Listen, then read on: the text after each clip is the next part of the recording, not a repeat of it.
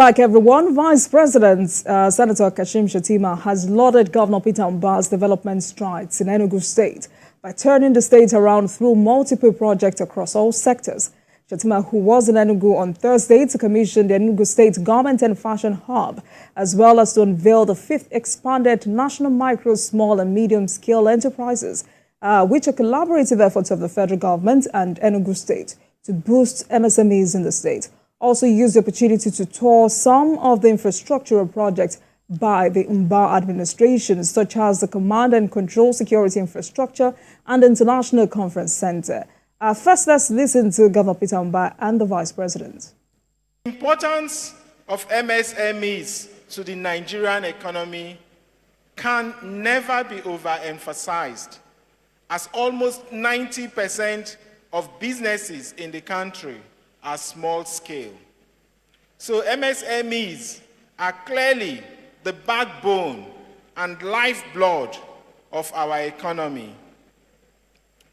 But as important as MSMEs may be, their success is no chance occurrence.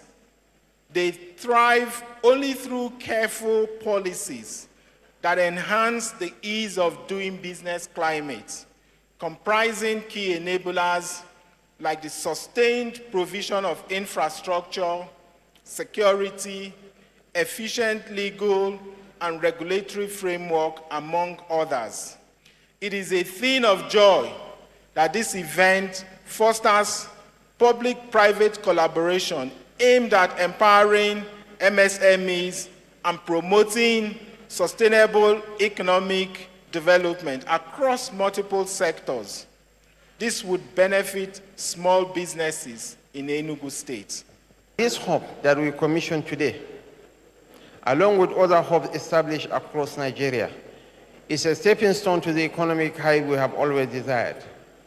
Aside from standing as one of the largest we have commissioned, this hub is equipped with cutting-edge technology to support the fashion manufacturing cluster in Enugu State, boosting production capacity and enabling economies of scale.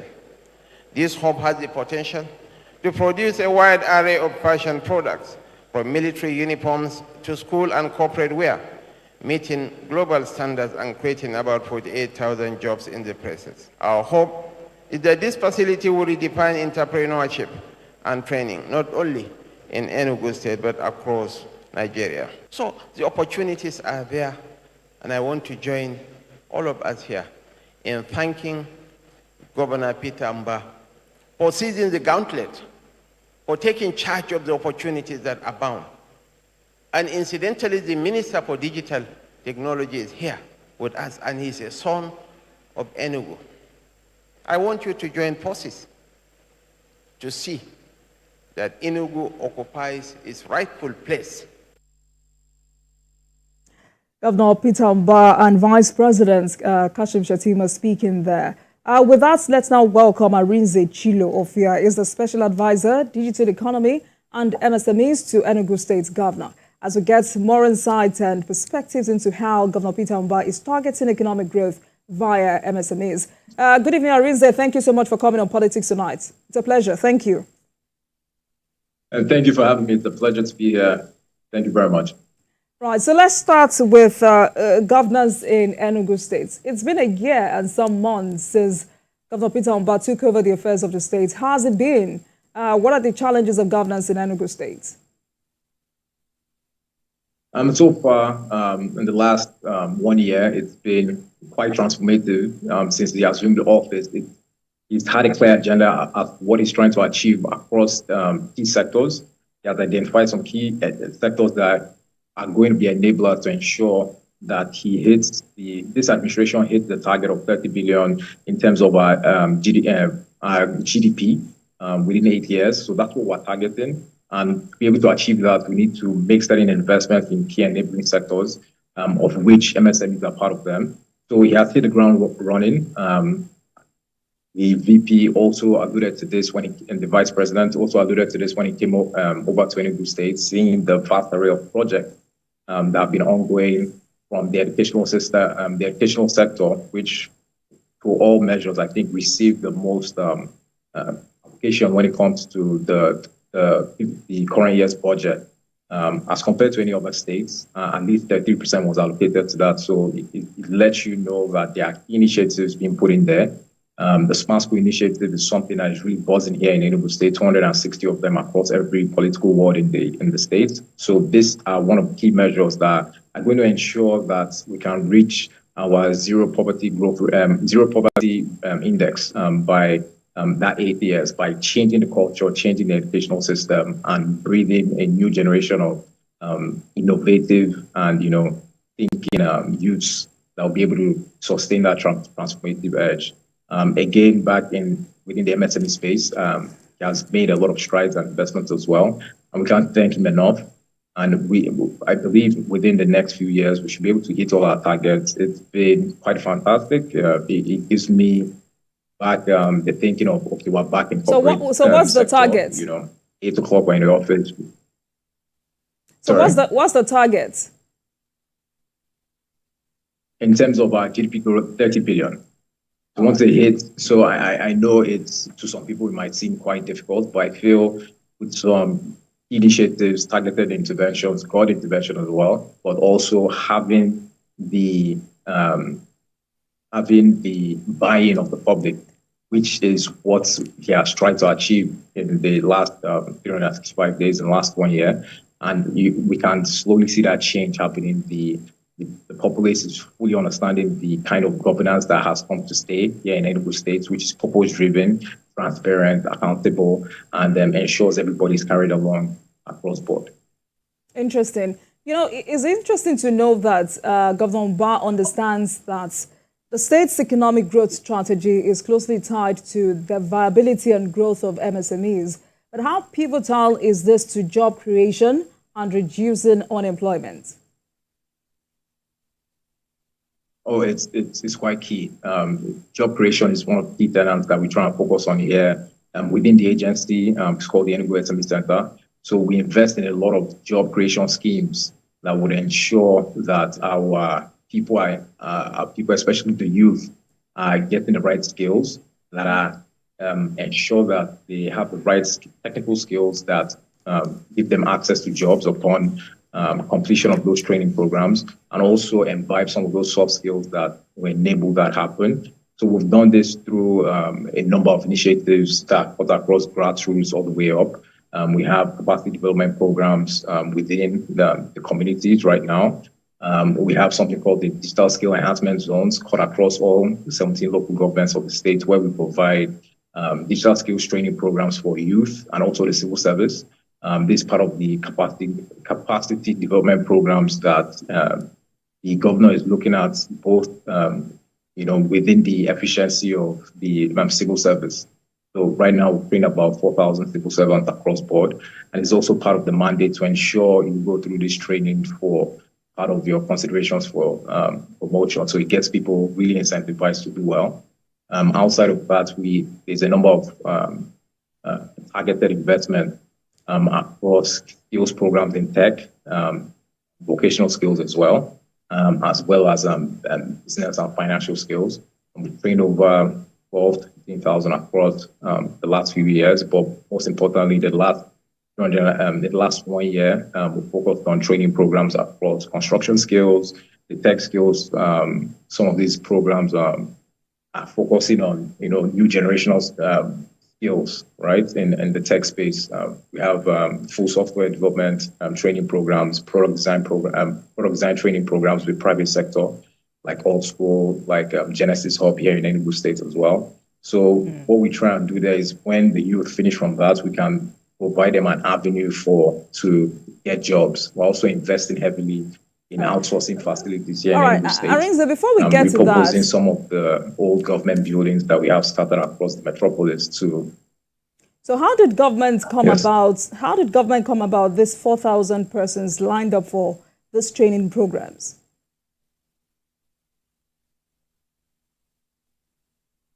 Okay, so these programs, it's more based on your interests. So there's a call for application across board. It's not something that is politicized in any way. We push it out there to the general public. We let them know how these programs run.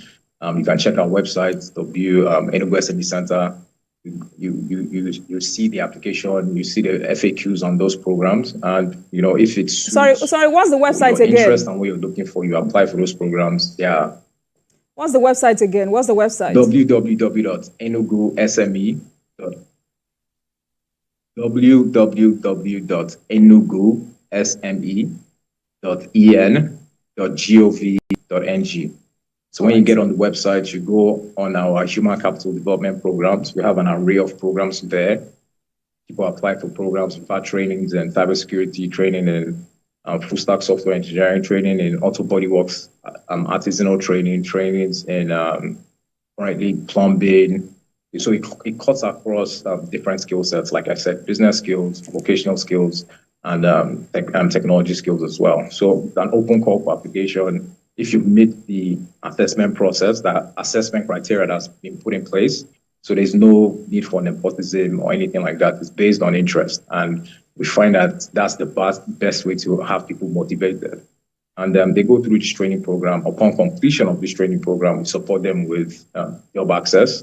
We have facility Enugu Jobs, which was supported with us, which was supported by GIZ. We also have platforms where, through our partners, we can provide them job access to different companies across the country, and also supporting with providing infrastructure outsourcing facilities where they can work from Enugu State and be able to access jobs nationally, internationally, without necessarily leaving the state, so that their new improved spending power can be used here in Enugu State. So that's one of the key ways we can get to our 30 billion target.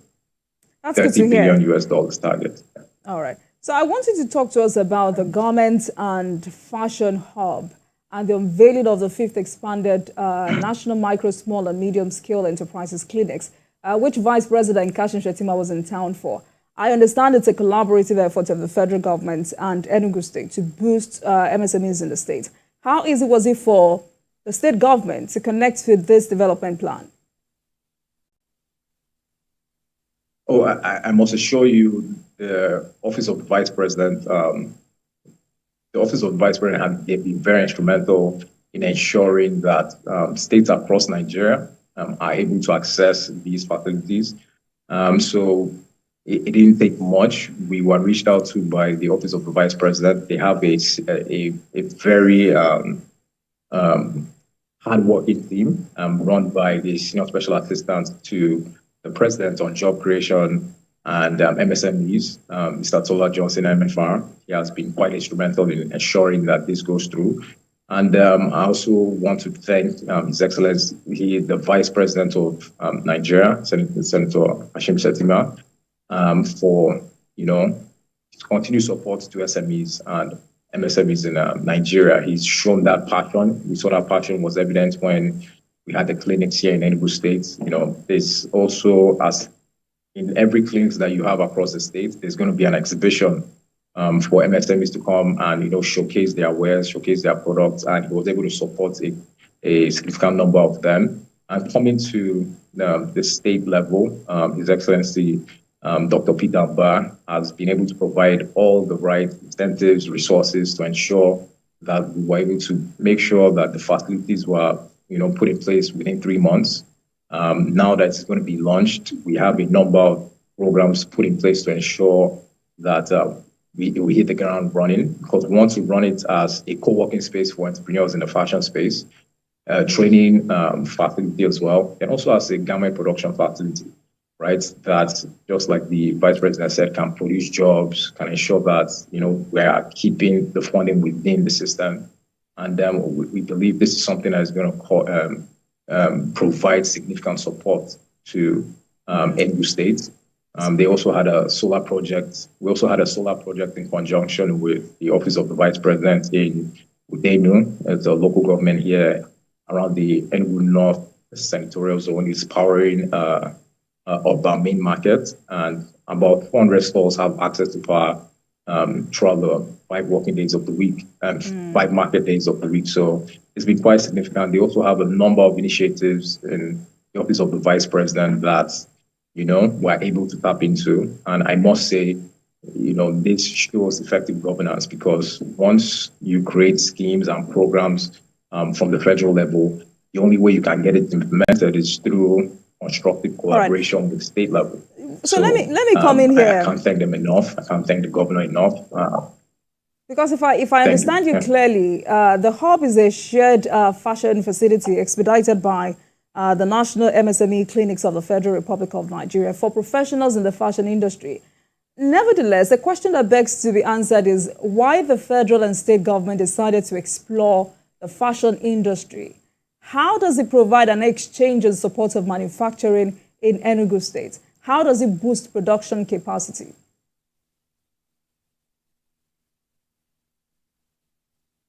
Okay, so in terms of boosting production facilities, you have to look at it first from the MSME perspective. You have, fashion is one of the key players within the creative space. It's a big employer of labor here in Enugu State and Nigeria as a whole. A lot of thriving youths in Enugu, are in the fashion space. So how can we further support them? So at the co-working facility, I can be a fashion entrepreneur. I can get a huge order from, let's say, TVC to provide uniforms for all the staff. I might not have the capacity being constraints with equipment. I can, pay to lease this facility for usage. I might be a youth looking for new opportunities. I want to get into the fashion space, but I don't know how to. I can come to this facility, go through some of the training programs, beginner level, intermediate level, expert level, get the right skill sets, and the state government through the Enugu state government through the Enugu Assembly Center. The state governor, Dr. Peter Mbas, provided funding, single-digit funding, grants as well, for entrepreneurs to be able to tap into to start their business. And from a production standpoint, we have state-owned schools, like I mentioned, we have smart schools. You have state-owned institutions and facilities that have to do with some kind of uniform material. So using these facilities can help boost production, help create additional line of revenue for state governments and private sector as well. So it's an only one facility. You can just look at it as a hub for fashion within the creative space, and it also taps into another program from the federal government, of which the state is actively involved in, called the Investment in Digital and Creative Enterprises, IDIS. So, perhaps for the purpose of clarity or emphasis, would you like to talk to us about the number of jobs this facility, this hub can create? Do you have the figures? Is there like a moratorium for the MSMEs that distinguished themselves during the clinics? Also, during the clinics, we had a wide array of MSMEs that came to participate during the exhibition. So there were two things that happened here. First of all, the flagging up of that shared facility between the state government and federal government. After that, you have the MSME clinics, which pairs MSMEs with government agencies that support MSMEs to ensure that there is effective collaboration and also an opportunity for networking. And as a side event, there was the exhibition, which called across people in the fashion space, manufacturing, production, all subsectors within the MSME space that were all represented. So it wasn't necessarily for them. So now this facility is in place. We're going to partner with the private sector to ensure sustainability. And it's an avenue that can train. We have, just like the Vice President said, world-class equipment there. World-class equipment there that can train, thousands and thousands of youth on a yearly basis. So it might be arbitrary for me to say, 1,000, 40,000, but quite seriously, with sustained, training programs on a quarterly basis over a 7 to 8 year period, let's say a 7-year period, you can easily meet that 40,000 target mark as envisioned by the Vice President. That's interesting. So would you say that this is a clear indication that the youth of Nigeria have so much to offer if provided with the right opportunity and environment? All right. So, Mr. Rinze, I'll allow you answer that question when we come back from this break. Stay with us, everyone. Thank you.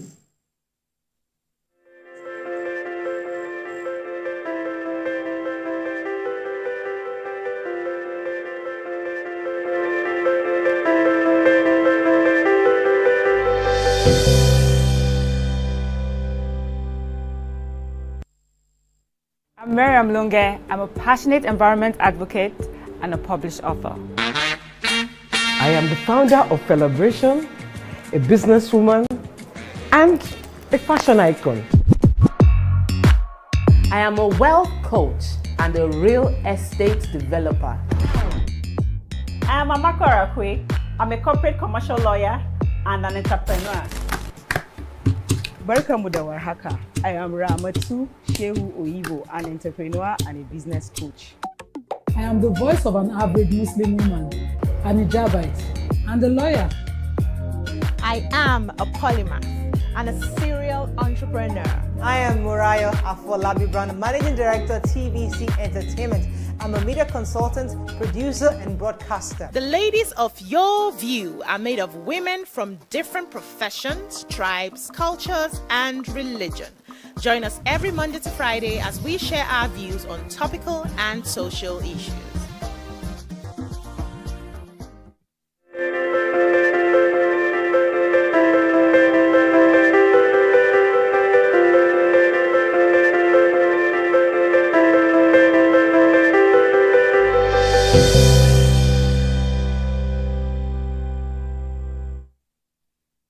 Welcome back to Politics Tonight, everyone. Arinze Chilo Ofia is my guest tonight. He's the special advisor to Governor Peter Mba on digital economy and MSMEs. Tonight, it speaks to us about how Governor Peter Mba is targeting economic growth via MSMEs. Arinze, thank you so much for staying with us on Politics Tonight. So, just like I asked before we went on that break, would you say that this is a clear indication that the youth of Nigeria have so much to offer if provided with the right opportunity and environment? Well, definitely. I couldn't wait to answer that question before you went on break. This is the only way we can seek the transformative change that we're looking forward to for Nigeria. Nigeria has a lot of potential, but that potential is there within the youths. We need to invest in the youths. We need to make sure the right enabling environment is there for them to thrive. And one of these ways is investing in these kinds of shared facilities. A lot of entrepreneurs have the right ideas. They have the right ideas for limited funding, the right ideas for limited access to equipment. So this helps alleviate some of that pressure.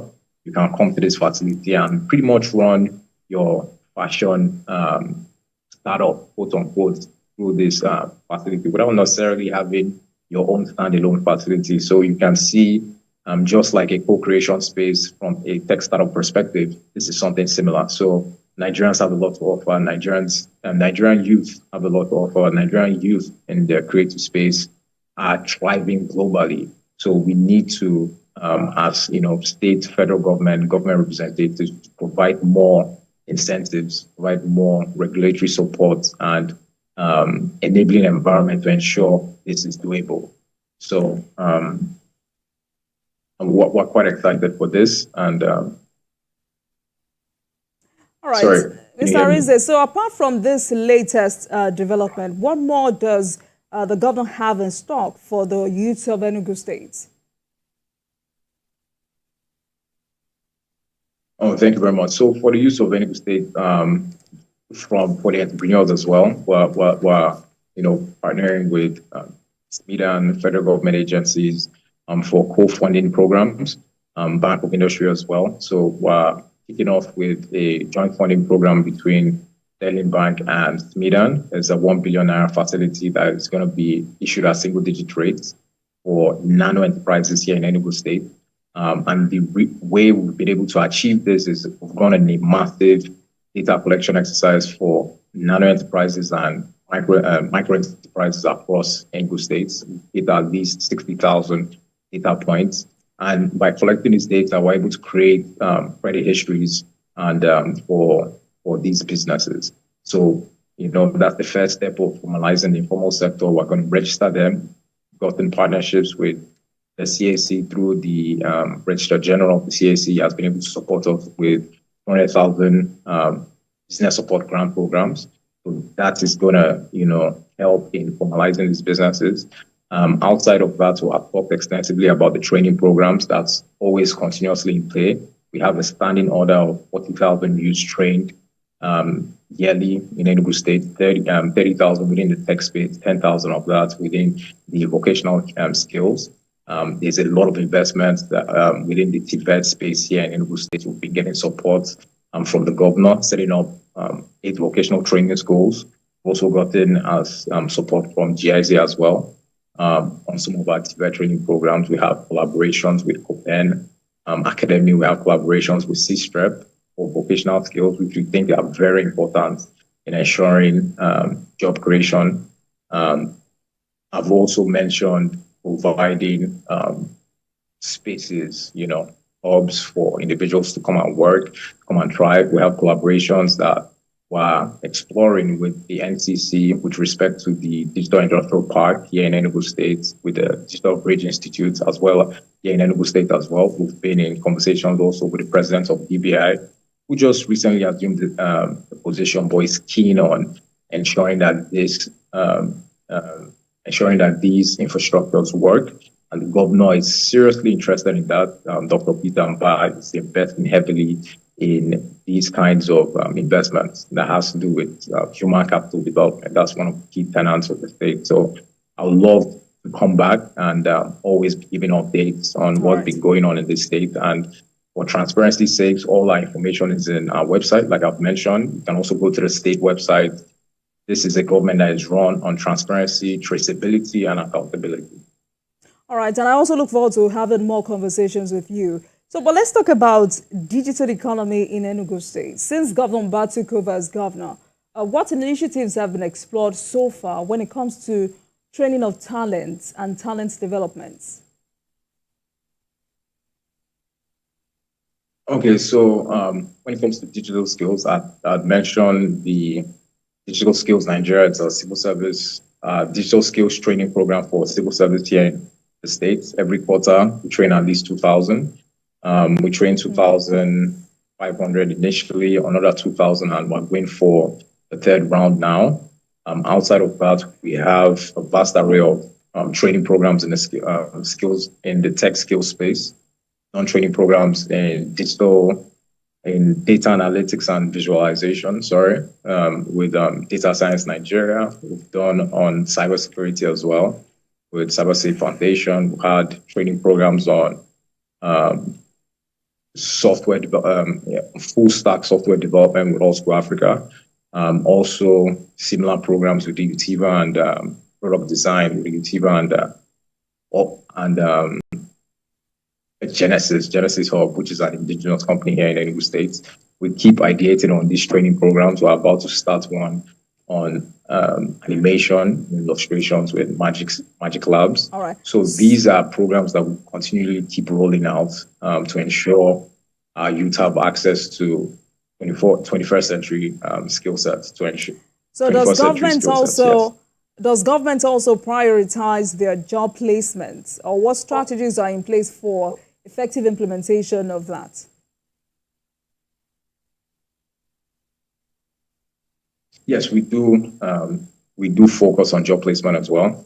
Like I mentioned, we have the Enugu Jobs platform that supports in providing job access within the state, both within civil service and as well as public service as well.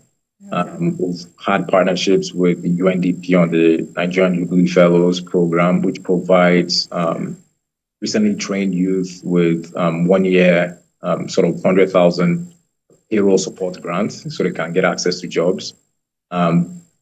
We are also investing significantly in outsourcing facilities, like I mentioned. Want to key into the Outsource to Nigeria initiative, talking to players within that space, like Outsource Global, just to make sure that we create the facilities, partner with private sector, so our trained youths have access to jobs that can pay them in local currency and also international currency as well. So what I can understand so far is that these bold economic development plans align with the governor's commitment to fostering a favorable business climate, upskilling youth and supporting small businesses through some of these initiatives. So how critical are these to economic growth? So can you go over that? Did you get my question? Sarinze, did you get that question? Sorry, there was a glitch. Can you go that one more time, please? All right. So I said what I could understand is that this bold economic development plan aligns with the governor's commitment to fostering a favorable business climate, upskilling youth, and supporting small businesses through all of these initiatives you've mentioned. So how critical are these to economic growth in the states? Oh, they are very critical. That's why there's a deliberate effort to ensure our youth have access to jobs. Another way we're able to achieve this is trying to partner with the universities as well, come up with job readiness training programs, hackathons, and programs like that, so that by the time they are transitioning from the universities, they have the ready-made skills, and especially the soft skills that the private sector needs to be able to, get these individuals work ready. So we're investing significantly in that as well, and partnering with private sector, government institutions, universities. This is a government of collaboration. So these initiatives, will go a long way in ensuring the state government reaches their development targets. All right.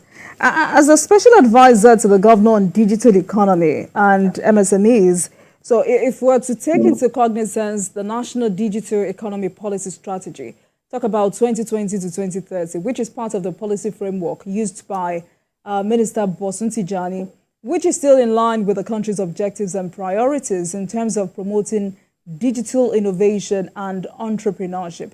Is this the same framework the state government is working with, or do you have a different policy framework?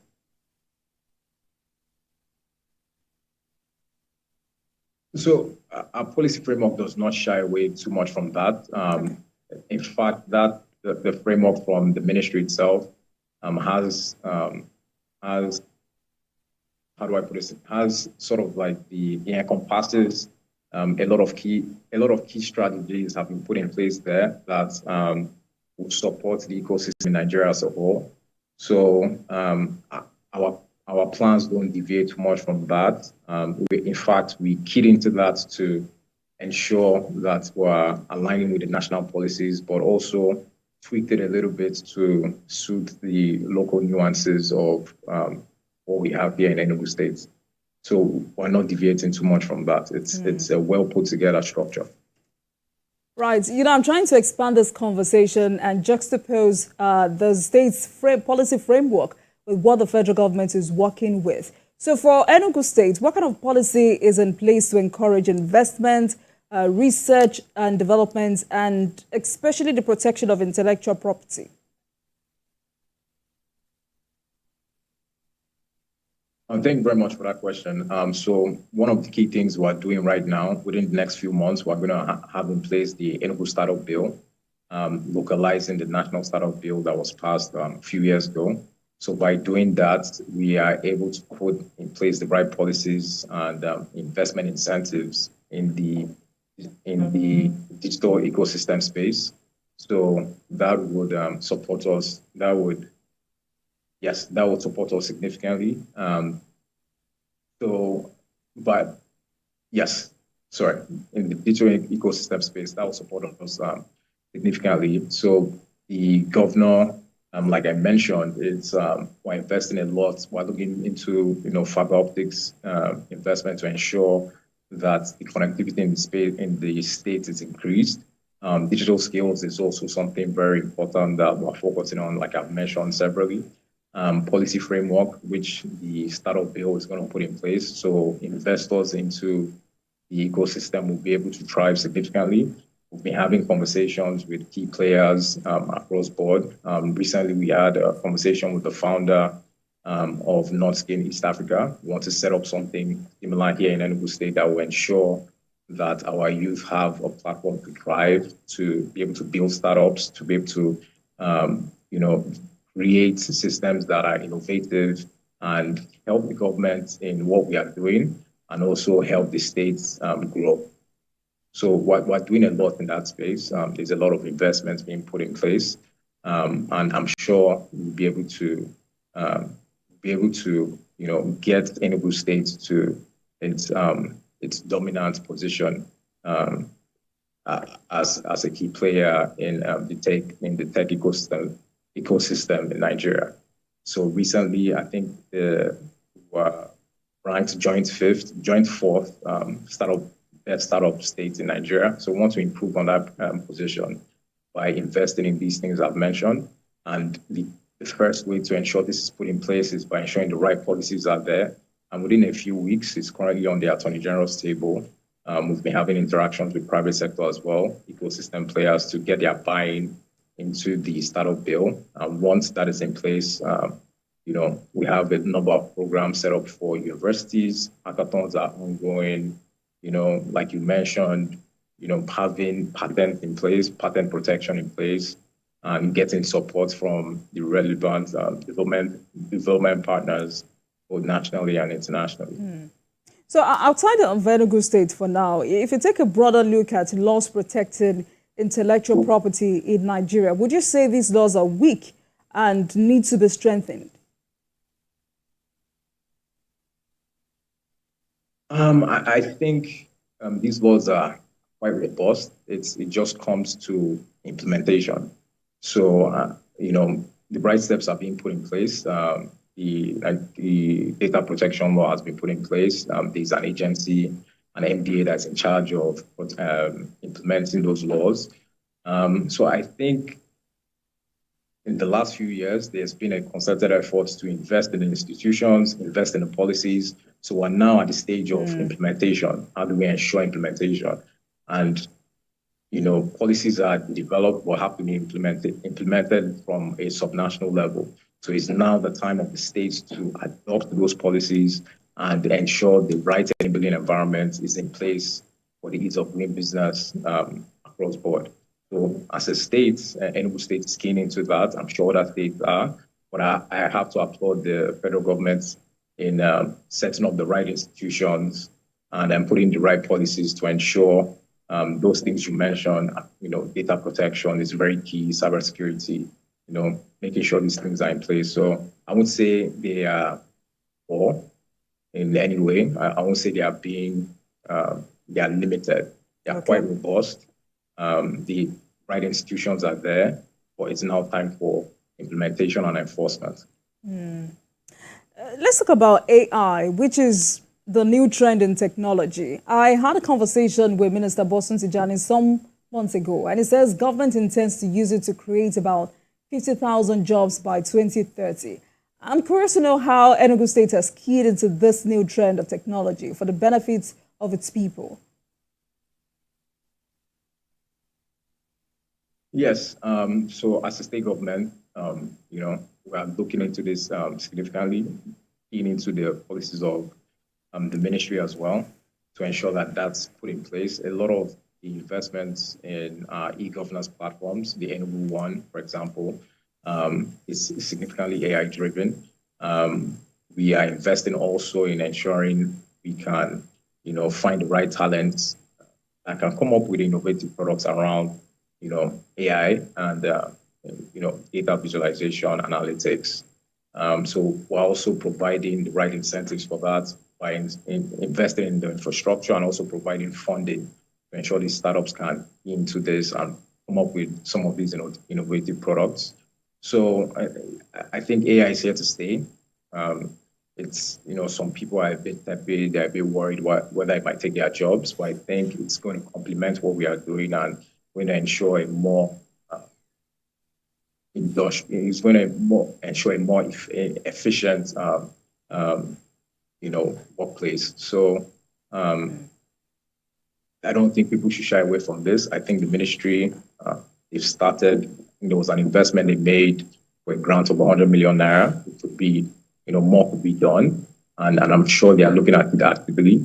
But the AI, I think within the next few years, we have investments that we've done here already with our CCTV cameras across the Enugu State metropolis, and we're looking to expand that across all the 17 local governments with our AI-powered CCTV cameras that help from a security standpoint, but also help in generating revenue for the state government as well. Our investments in our water infrastructure have a lot of Internet of Things platforms that ensure connectivity and efficiency as well. So in everything we do here, we always ensure ensure that there is a level of innovation to make sure that we're getting our best foot forward and ensuring that the people that voted the current administration led by Dr. Peter Amba see the dividends of this democracy and government. So let's go back to talent development. I'm very particular about this. What is government doing to catch them young, especially by integrating ICT into secondary school curriculum? Do you plan to collaborate with the Ministry of Education on that, or has that happened? And I'm asking because of the number of out-of-school children in Enugu State, over 400,000. And it was just in May 2023, UNICEF pushed for e-learning in Enugu State. And report says that in that state, 38 of every 100 children do not enroll into primary education at the school entry age of 6. And there was a conversation about strengthening Nigeria Learning Passports, which is like a new solution designed to close the huge learning gap. Has Enugu State keyed into that initiative? Yes, I can tell you quite significantly, the Ministry of Education, like I mentioned earlier, investing significantly in smart schools across the state. This is going to be very transformative. 160 of them that, a new educational standard using the K-12 model. We're now investing into the smart school system for secondary school students. So what this does is ensure that we are integrating innovation from an early stage, a new way of thinking, experiential learning as well. So we're doing a lot over there. There's a lot of investment going on there. I'm not too sure of the statistic you just mentioned, around 400,000 out of school leavers. Throughout the years, Enugu State has done significantly well when it comes to people who are in school. Of our certification test as well, we've always achieved an a good percentile, around the 80 to 90% percentile. But by next year, I believe end of the second quarter, all 260 of these smart schools will be done. So we'll be moving from the current school system into that. Some of these schools are already operational, and you just have to go in there and see the transformative change that is already ongoing. It's complete night and day. So these are the smart school initiative is something that has been lauded internationally. Significant UNESCO has been here giving significant support to that program. The UN, UNDP, a lot of development partners, even the vice president, was quite in awe as to what's going on in that space. All right. Please talk to us about other infrastructural projects by the government administration, such as the Command and Control Security Infrastructure, the International Conference Center.